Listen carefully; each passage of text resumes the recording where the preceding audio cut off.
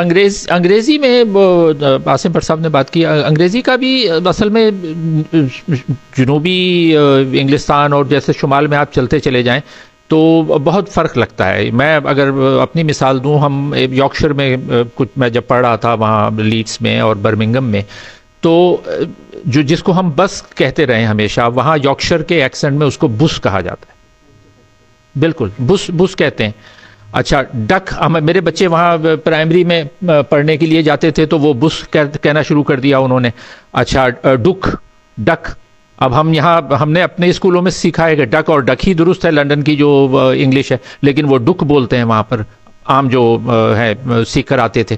तो तमाम ज़बानों में ये मसला है वहाँ पर भी, लेकिन वो बीबीसी में पढ़ते हुए आप बुस नहीं कह सकते, यानी वो मेयार है उसका कि आप बुस या डुक नहीं कहेंगे, क्योंकि वो मेयारी ज़बान का जो लहजा है वो बहरहाल है। तो ये नहीं कहा जा सकता कि ये यॉर्कशायर में ये चल रहा है बुस और डुक, तो ये आप तस्लीम कर लें।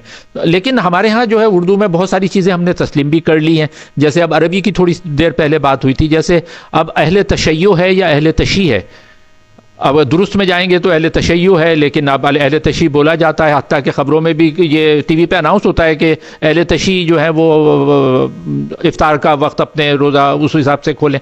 या मुतवफ़ी और मुतवफ़ा के फौत जो हो गया है उसको क्या कहा जाए। अब हमारे यहाँ मुतवफ़ी ही चल रहा है, जो होना चाहिए तो हाँ चल गया है। तो इस तरह की चीज़ें होती रही हैं। लेकिन एक ज़बान का मेरा ख्याल है हवाला देना बहुत ज़रूरी है, वो हिंदी है कि जिसमें उन्होंने स्क्रिप्ट पे अच्छा खासा काम किया है। गालिबन मुझे जो एक दो ज़बानों से थोड़ी बहुत शुद्ध है, उसमें सिर्फ हिंदी ज़बान ऐसी है जो कि जैसे लिखी जाती है वैसे पढ़ी जाती है।